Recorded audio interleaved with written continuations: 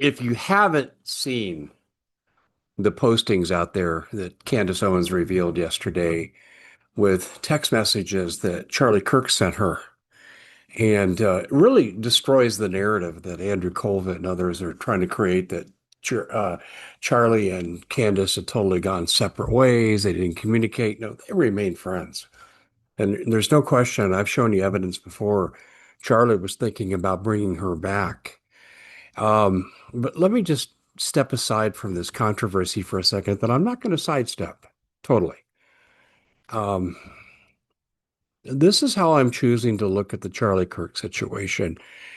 I will probably be more of a casual, almost indifferent spectator in the upcoming trial involving Tyler Robinson.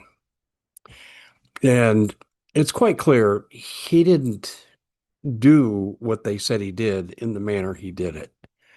You got two, really three overriding factors here, and I'm just going to review these for you very quickly. And these are things that are incontrovertible.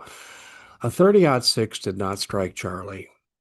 Okay, you talk to any sniper, you talk to any experienced hunter, it would have been a freak accident for his head not to have been severed. And really much more messier crime scene. And I don't want to be more graphic than that, but that is a total and absolute lie. Then you pave over the crime scene less than 48 hours after the crime. I've talked to a number of people who've worked in homicide investigations. They just shake their heads. They go, these people out there in Utah are crazy or they're totally corrupt. This is the thing I hear most often. That just doesn't happen. And then you had the Kennington fellow inside the crime scene the day after the event, taking pictures with a microscopic camera. And they were looking, in my opinion, for evidence. And I think they probably found something they didn't want discovered, and they had to pave over the crime scene, which is the next aspect of this. And then you've got the George Zinn man, contract CIA agent connected to the Boston Marathon bombing facade that he was a part of. Now, the bombing wasn't a facade, but his part in it was.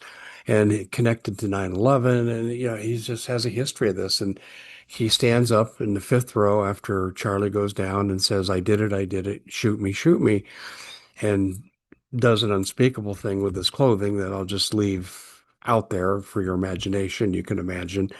And he's eventually arrested, and he tells a nurse at the hospital that, yeah, I got paid to create a distraction. Well, that destroys the lone nut assassin theory. That's the repetitive theme in all major assassinations in America involving political figures since 1963.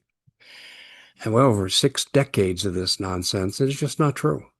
And then Zinn just unbelievably is found with child porn on his phone, and now he's sequestered and the media can't question him. And that's by design. And he'll resurface again somewhere else. I mean, he won't go to jail. And this Kennington guy that violated the crime scene, he was charged with 2 felonies. And he should have been. You can't do that. But he's released without bail, and eventually the charges are dropped because he was on a mission, and there's a wink and a nod going on there. And that's, to me, this is as plain as the nose on your face. Okay, so I don't believe any of the nonsense that's being put out right now. I just don't. I don't need a conspiracy theory to have a life. Here is where I'm left with this. Before I get into what Candace exposed yesterday, that I think all of us should take note of, I am distressed. At first, I was really angry when I knew we had been lied to. And if you remember, I defended Erica Kirk and I defended TPUSA vehemently when critics came after them after Charlie's demise. And then there was just so much evidence to the contrary that if I had any credibility, I had to stop defending. And then I was drawn into the controversy and I took sides. And yeah, your best case scenario with the inner circle at TPUSA, the majority of the inner circle, I don't think everybody, you could categorize them as depraved indifference, and that's their best case scenario. When you watch your friend and boss go down and you step over chairs and take out the SIM card of cameras and disassemble the cameras, and when you're the chief of staff and you're 3 feet away from Charlie, he goes down, you pull out your cell phone and walk away and talk on your cell phone. Can anybody make sense out of those? Yeah, and I'm not going to get into the Erica Kirk thing that's been well discussed. And I thought it was in such bad taste when people were criticizing her, but my gosh, if you don't want to be criticized, don't do things that hang out there that show that you've lied about your past. And that's a fact. It's very distressing. And listen, I know for a fact Charlie was unhappy in his marriage and he was contemplating an exit. There is no question about that. And I've had a number of people relate this to me. In fact, I just saw someone being interviewed yesterday on YouTube who was Charlie's cameraman for 12 years, and he's saying the same thing. So um, the deception is there, but this is not what I want to focus on. We lost a man who helped swing a presidential election to what we thought was a populist movement. It's not quite turning out that way, but he was very, very outspoken about this. They call him Meese, and great interview. And he very articulate and came at this from a Christian worldview, which I really appreciated. And he said pretty much what I'm going to tell you here. And Candace is again correct. She's been vilified because she's not drinking the Kool-Aid of what was behind Charlie's demise. And she provides more evidence on why many of us believe Charlie was taken out. But we lost a man who could have become president. We lost a man who had enormous impact on the youth. And it's reminiscent of President Kennedy's American University speech in May of 1963, where I think he might have signed his death warrant when he called for upper atmospheric banning of nuclear weapons testing, no Vietnam, and he's going through all the things that got reversed after his death. But the young people were just in awe of him with that speech. And I went back and I watched it because I thought, is this like Charlie? And I went back and looked at it. I go, my gosh, this is Charlie in a suit. Who's our president? There were so many similarities in the way he connected. And the assassination really hit the young people of our country. And I'm talking high school, college, young adult. As you go back and you look at the accounts of that day, I was too young to remember really to get into this, but um, I looked at Charlie, what an enormous influence. And he was just tapping his potential. His movement has been hijacked by Israeli interests to propagandize the youth. It's not working. The University of Georgia, Erica canceled her appearance because they only had 10% of the people in the stands. She cited security, but J.D. Vance was there. How much safer could you be than with the Secret Service guarding the event? That explanation didn't hold water. She didn't go on because she didn't want to be photographed with empty seats in the background. And people have deserted TPUSA. The thing that's keeping it afloat is the Israeli donor money. And that's a fact. And we're going to come back to that here in just a second with what Candace revealed yesterday when she showed the text messages between her and Charlie. But I've, you notice I've really backed off. I had my say. I know this whole investigation is nothing but a joke and it's a cover up. Excuse me, critics paving over a crime scene less than 48 hours after a major political assassination. Really?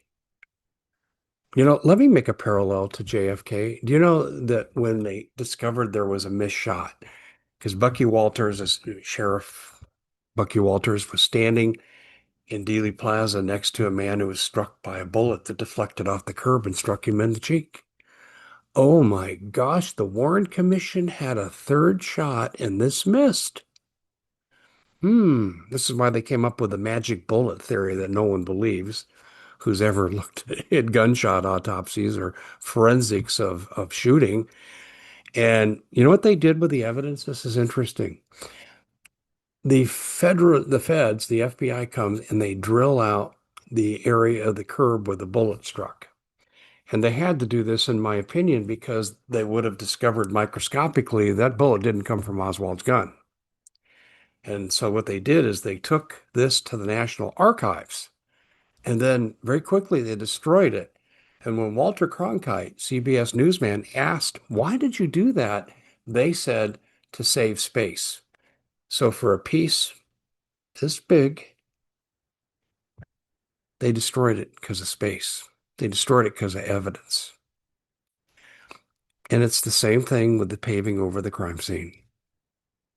There's no excuse for it. There's not. There was no reason to do it, except if Charlie didn't die the way they said he died, and there was microscopic evidence there that Kennington, with this microscopic camera, was taking pictures inside the crime scene for which he was arrested, then released and not charged. Okay, do you see a little pattern here? I have a problem with all this, but that's one thing, okay? And maybe occasionally I'll mention things if it comes up, but I'm not going to sit there and watch the trial every day. Tyler Robinson's fate is determined, in my opinion. I don't know if he was part of this. I have no idea if he was paid to be a distraction or whatever, but he did not fire a 30-06 that struck Charlie Kirk. And then the evidence scene is covered up. And then you have the distraction. Lone nut assassin, but there's George Zinn. How do you explain that, guys? His arrest is on film. You can't erase it. And we know his background.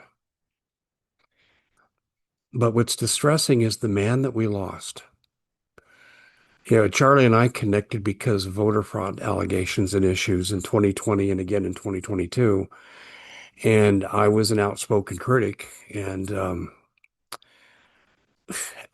I just shake my head at the level of corruption that we have now running through so many levels of government. Everyone? No, of course not. But enough to where the people don't trust government. And that's what all the polls are saying. People don't trust the media. People don't trust the government. Um, what does Congress have? What, 9% approval rating? And it's deserved. When you have 94% of your body elect taking campaign donations from an unregistered foreign lobby, APAC, I don't care if they're from Israel or China or the planet Mars. That doesn't matter to me. What matters to me is we have people in Congress that are for sale, or they wouldn't be taking that money. They're there to represent the United States, not to represent a foreign interest. Okay, so let's talk about who our sponsor is really quickly. We live in an age of banking uncertainty, and you notice what's happened to the oil prices, as I told you, and I'm not Nostradamus, but I'm telling you. And what I told you is I said the minute we fire that first shell, the futures market in oil is going to explode, and prices are sensitive to futures market, not long-term pump results. And I said, you're going to see a tremendous rise. Right now, the gas on where I filled up to where I'll be going today, because I looked at it when I drove by it yesterday, it's about 45 cents higher. And that's after 10 days of shelling. And this is just the beginning. And we're running out of oil reserves. That's that's a fact. That's not in dispute. This is insane what we're doing to ourselves. So what I want to say to you here is you need to have a safe haven where you can grow money, be recession proof, and it'd be nice if you could do it and legally, not through loopholes, but legally not have to pay tax. Well, that day is here. Now, that event has been obscured from the American public by the Rockefeller lawyers who created the loophole in the tax code called IRS Code 7702 that allowed people like the Rockefellers to take advantage of this. And now some people have caught on to this. Actually, a lawyer colleague of my lawyer who does our trust and takes care of our estate matters, he tried to refer me to someone that does what Ironhawk Financial does. So this is out there. Joe Lombardi, though, the CEO of Ironhawk, is ahead of the curve of all these people. He beat them all to the punch. People are now following his lead. And he's never lost a dime of client money, never had a complaint with a Better Business Bureau, A+ rating. And two people from my audience not only did what I'm going to tell you you should do, you know what else happened? They became agents. Yeah, they believe in this so much, they became agents. So, and by the way, that thought crossed my mind too. It has crossed my mind. Do I want to go down that road? Um, and I'll tell you, I'm very, very depressed over the Charlie Kirk situation. It's really hit me hard. The how we could lose someone so important, so noble, so virtuous. So for you, he was your friend, people, whether you know that or not. Charlie Kirk was on your side. This is why this was such a tragedy. I had a teenager that I knew walk up to me and say, Charlie Kirk just got shot. I didn't believe it. No, no. Now, back to Joe Lombardi. He can take various programs, bundle them, make you recession proof, which is going to be important with the oil situation in America. And he can make you impenetrable and make a lot of money and legally not pay tax on it. And they'll tell you within 3 or 4 minutes after talking to you if you're a good candidate. If they're not, they'll tell you. So they're not going to try to sell you into anything. They don't need your business. It's actually, you're almost like applying to be in this. And they'll say, well, we can help you, or no, I think you're better off going to do something else. And sometimes they point in a different direction. You need to look at this. If you're sitting on any kind of money, what do? You go to dhawk.com, leave your contact information, and the rest is history. Now, question you'll have, how long does it take? It can take anywhere, the range, 6 weeks to 6 months. Ooh, we want it to be quicker. They got a lot of laws they got to follow. This is a legal process, and it's complicated economically. And they're not going to take chances with your money, and they're not going to take chances with violating federal law. So the typical time is about 60 days. And this is the feedback I get from my audience. I hear 2 months, 2.5 months, 3 months. But Marianne McAdoria, who is the COO and good friend of mine, she told me, she said, Dave, it can take up to 6 months, but that's not common. All right, you need to do this.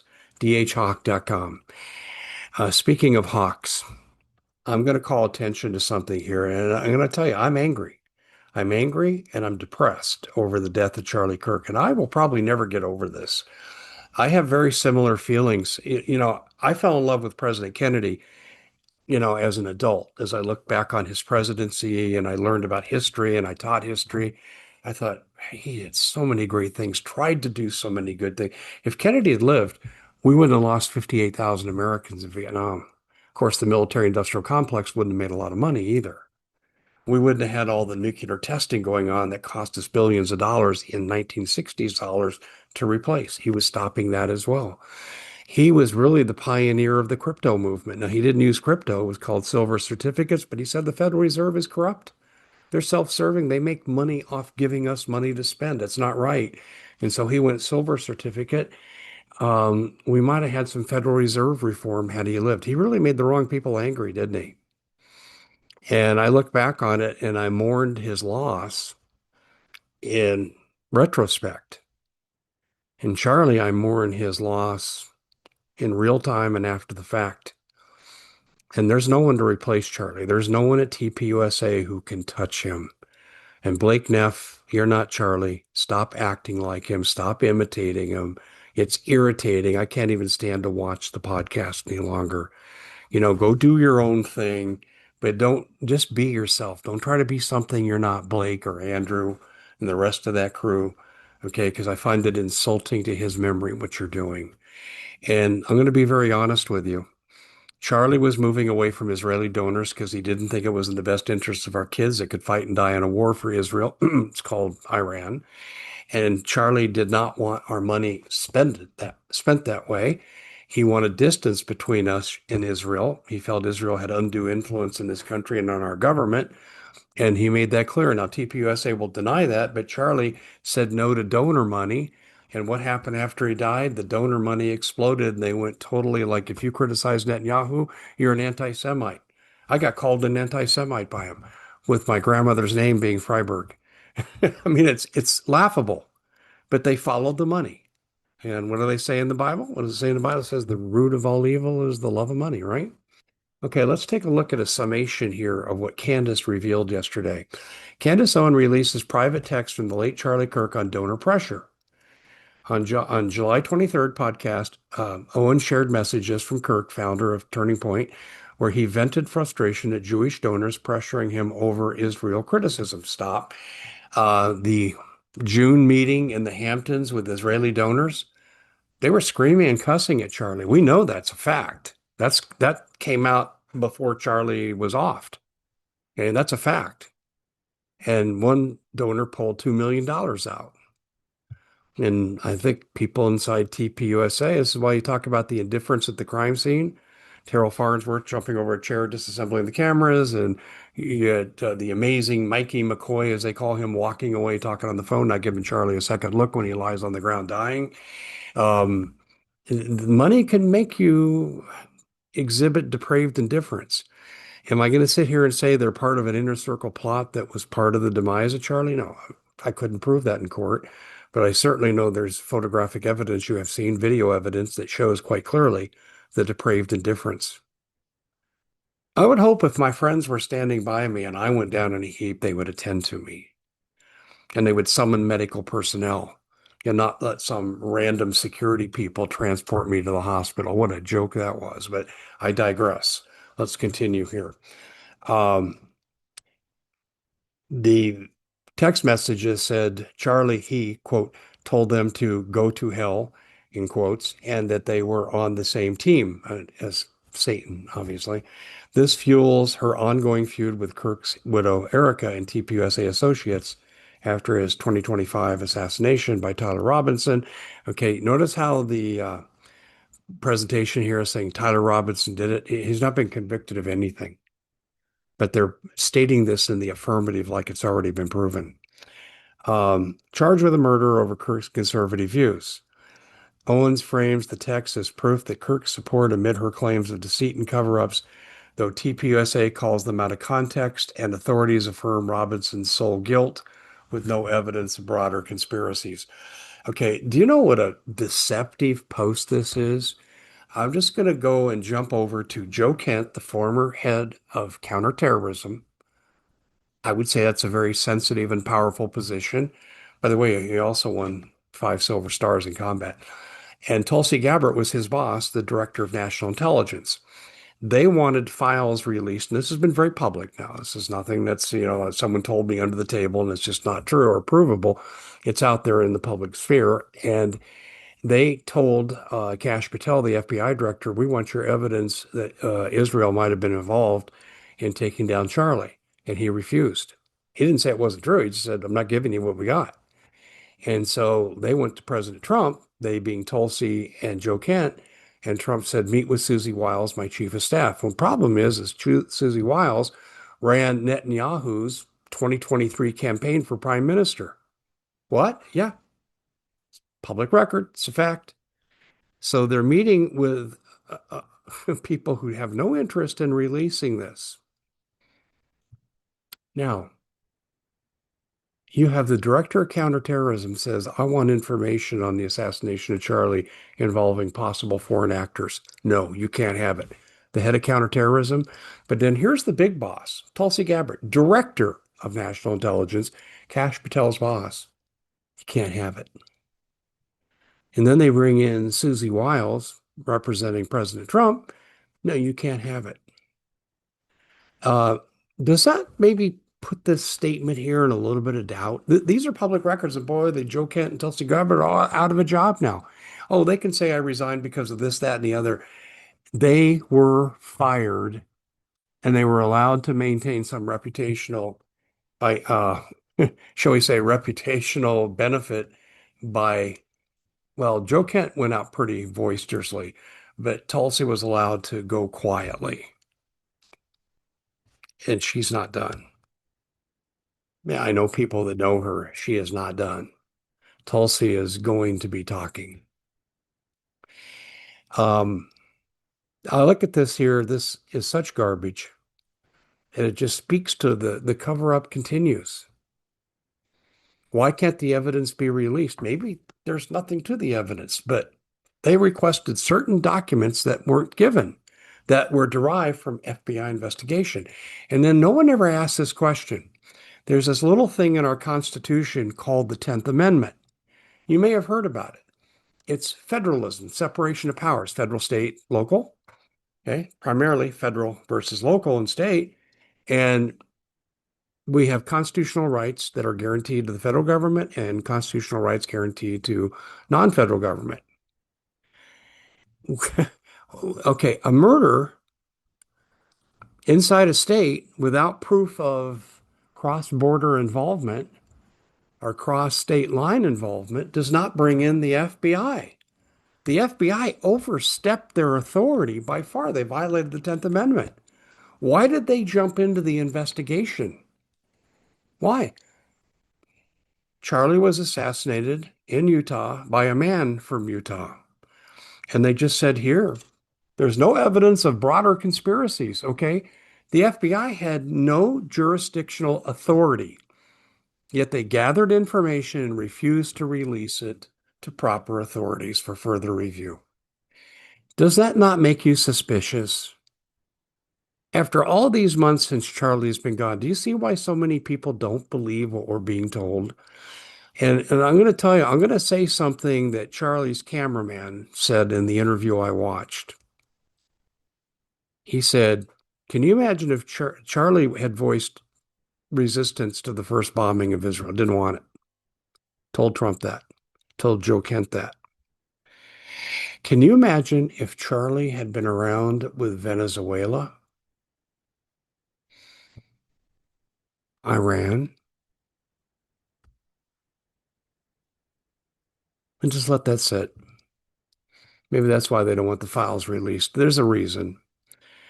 But I'm really depressed over this. But, Candace saying, look at Charlie was distancing from Israel. We got the proof. Okay. And all TPUSA can say is, oh, it's out of context. No, no, no. It's there. It says, I'm not going to take these donations from Israel. Okay. That's not out of context. That's a direct statement with a country. Actually, I should say a government because I don't want to implicate the people, but with a government and involvement in our government and involvement in a possible violent act. This is why so few people believe the official story, and we know that what's going on in this trial is a clown show. And I'll just give you one legal example before I close.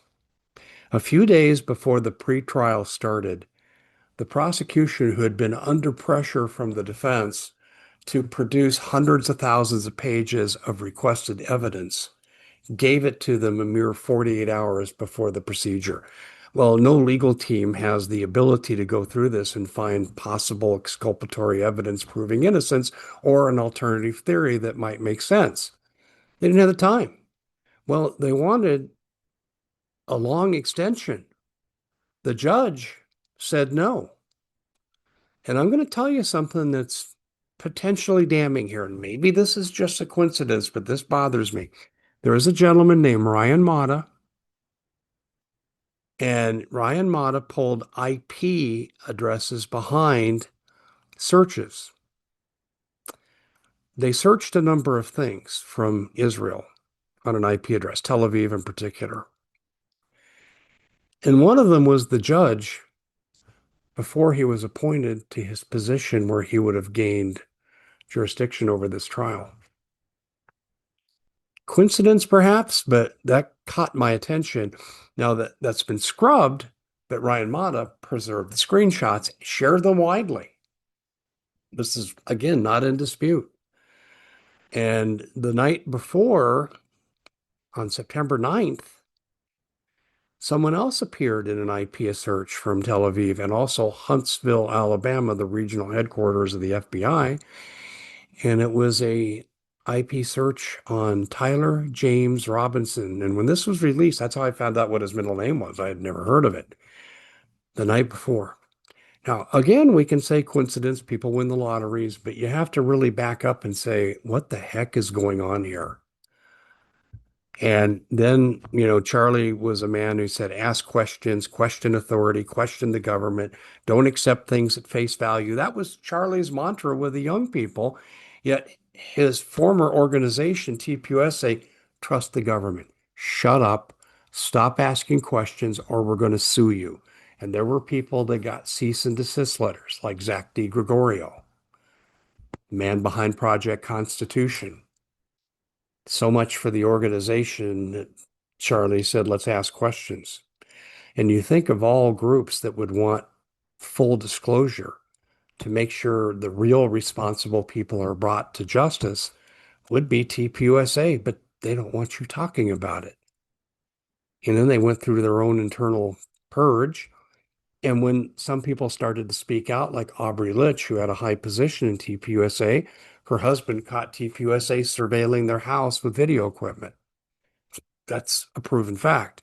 I'm surprised that Aubrey has not sued on that basis. And I'm not an expert on a lawyer on that, but that's pretty intrusive and it's certainly intimidating. And we've all seen the video where her husband confronts the videographer. How do you explain that, TPUSA? Are we not supposed to ask questions about why that man was there and he's a TPUSA employee? This whole thing just stinks and it makes me angry. But the overriding emotion I have is not anger and trying to decipher this possible corruption and conspiracy that I'm never going to be able to fully crack. I mean, when you have the FBI telling the director of counterterrorism and DNI, no, you can't have the information we have, I don't delude myself and say, I'm going to solve this. But it sure does point in one direction, doesn't it? And Candace Owens releasing those posts that were made on Twitter are not out of context. Charlie was moving away from Israel. And now that we're on the path towards merging our two militaries against what any level of common sense would dictate you don't do, it appears that Charlie's instincts were right on the money, and Candace has been telling the truth the entire time. And I'm not saying Candace got everything right, but it's amazing how when they go after her, a couple of days later, she produces receipts. See, what they don't realize is how well she and Charlie knew each other and the communication trail that followed both of them together.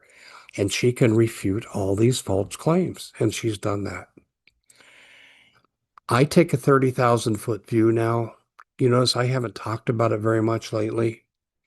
My overriding emotion is depression over this event. This should never have happened. I think Charlie could have interjected some common sense. He would certainly be opposed to the AI tech revolution that's taking over our government right now. Oh, wait a minute. You don't believe that statement? I'll just give you one small example before I close.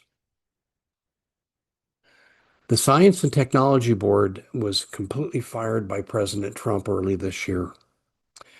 And everyone who was replaced by someone who's connected to either Peter Thiel or Sam Altman. It's one of their proteges or cronies. Everyone. Charlie would be going ballistic right now over this. This is so depressing. And this is why I say to you, my fellow Americans, one, I'm going out of my way to make sure I don't vote for non-Christians. We need this kind of reform in our government. And I don't care how that sounds to everybody. That's my right to have that belief, and it's my right to say it. And I'm not trying to demean anybody. I'm just saying this is my guardrails. And then you say, well, Dave, what if someone's not a demonstrable Christian? Well, then you do a write-in for someone who is a Christian. But we really need to adopt that movement I've talked about, toss them all, as in tossthemall.com. I believe our government is held so captive by these special interests that our interests are irrelevant. They tell us what we want to hear in campaigns, and then it's all over. And we need to make government responsible. And I'll repeat what I said before. One, no foreign donations from foreign governments. Okay, you can't have two masters. You'll love one and hate the other, as the Bible says. Well, who do they love? Israel or the U.S.? China or the U.S.? Because we have both interests in our government, big time in Congress. Well, we have the donations. I mean, Mitch McConnell, dead or alive, whatever his status is, conscious or in a comatose state. I don't know what his state is. But let me tell you what I do know. His wife's parents control the six major ports in China. They manage them. And he gets $25 million of donations from Chinese funds, various firms from China. Should we say we might not want to do that because we don't want that kind of influence in our government? Second thing, and this is really important, you can't have dual citizens in Congress. Chuck Schumer, minority head of the Senate. He's a dual citizen of Israel and the United States. Well, who do you love, Chuck? You're a citizen of both. Well, I live here. Okay, well, that may not really tell us who you're really loyal to. I don't know. I don't have an answer for that. But what I do know is we shouldn't have that temptation there at that event. No dual citizenship in Congress. You're either for America or you shouldn't be representing people who are Americans paying your salary with our taxpayer money.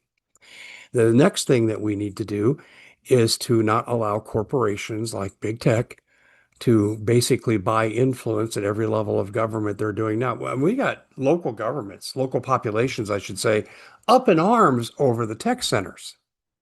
They're up in arms over this. They're going nuts with this. They are just furious. And yet, what do the people do in government? They do executive sessions. They come out and they vote. They let people vent for 3 minutes. They go to executive session. They discuss it. They come out. They vote. It's over. The people lose. Or, like some communities have done with the controversial flock cameras, they'll suspend a contract only to revisit it 60 days later and even make it more controversial when they get their final agreement. Exactly. We need to remove these kinds of politicians, but we need corporate influence out. We should make it a felony, punishable by 5 years in prison and a huge fine. Let's start at $10 million if you donate to a local fund or pay a politician anyway or grant some kind of favor that could be translated into economic value. And then you should limit individual citizens to a $100 donation and run publicly funded campaigns, 6 weeks. Each candidate that qualifies is funded equally, so they get the same amount of time. And then you put limitations on how many commercials they can run. Okay. I mean, all of a sudden now, the common person has a voice that can compete with OpenAI or Palantir. And until we do these reforms, hey, should you allow Congress to do insider trading with the stock market that would send you to prison? Nancy Pelosi, $250 million. Should we allow that, particularly in defense stocks? You don't think there's potential security leaks there that our enemy can spy on and find things out?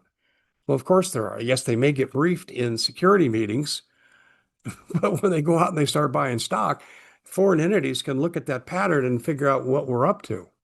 That's a national security leak. So we should be outlawing this just based of national security, but really for voter integrity and election integrity. And until we do this, and we shouldn't have voting machines. And Trump is saying right now, okay, here's what he said in a recent speech. And I thought his speech was good. He said, China has done da da da da da da voting machines. Okay, well then don't have voting machines.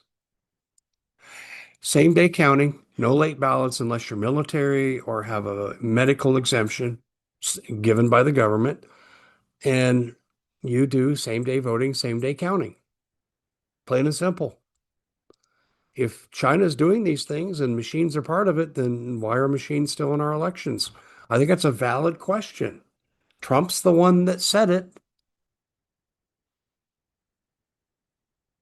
So until we're willing to clear the deck of politicians who won't represent America in the way that it was intended, following constitutional principles, which were based on the Ten Commandments. That's not in dispute. Every first year law school student 20 years ago was told that. The secular society has kind of drummed that out like prayer in the classroom, but that's a fact. And until we have Christian principles back in our government, we have Christian men and women running our government, and we have limitations on corruptive influences outside the government that can compromise our government at our expense, we're going to have a messed up country. And it's going to be a country that, for profit, is going to get us into a third world war where a lot of our young people are going to die. And that's about as simple as I can make it. One final thing, term limits. The founding fathers usually served 2 terms and they went back to their farms.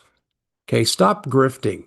I want to know how some people can, like the senator from Massachusetts, the one that falsely claims she was Native American in heritage. You know which one I'm talking about. She makes $200,000 a year approximately from government, right? Her position in the Senate, and she made $12 million last year. Can someone explain how that happens? See, I'm not willing to accept that that's the matter of business and that's how things go. Okay, because that's how you go down the sewer. And then I look at, am I following Christian principles by calling these practices out and calling for reforms? Yeah, I'm in the Ephesians 5:11 business. Go look it up. And I would hope that you would join me because I don't want the younger members of my family to inherit the cesspool that's growing by the day, where big tech controls our government. And I'll get into that in another post. And you've got the Chinese influence, you've got the Russian influence, you've got the Israeli influence. I want the American influence, and I want us to be fair and virtuous. Fairness and charity towards all, but loyalty to the people who elect our politicians, and that is absent. And then we need integrity in government. If you think that when Tyler Robinson is convicted and he gets his final sentence, and we all know what that's going to be, if you think that ends this and justice was done, then you should be paying closer attention to Candace Owens. I'm so depressed over Charlie, and you should be too. Those of you who are parents and grandparents, your kids were better off because of Charlie. He taught people how to intellectualize their debates, how to be tolerant of viewpoints that weren't their own. And he espoused what we do in this show: God, family, country, in that order. And that's what we lost. Can you look into the halls of Congress and the Senate? How many people do you think espouse those values? I'm Dave Hodges. I'm not giving up, and I hope you won't either. This is a beautiful country with wonderful people from all backgrounds, and we can work together to make this a better place. And we can't accept the mantra, though, this is just the way it is. Politics is corrupt and look the other way. Because ultimately, you and I are in a spiritual war. As I like to say, it's Team Jesus versus Team Satan, and there is no sitting on the fence. Your inaction puts you on the side of Team Satan. It takes a proactive decision to be a Christian, and it takes a proactive decision to act on that faith and do what's right for the people around you. Ephesians 5:11. Dave Hodges here. God bless all of you. We'll see you back here again next time.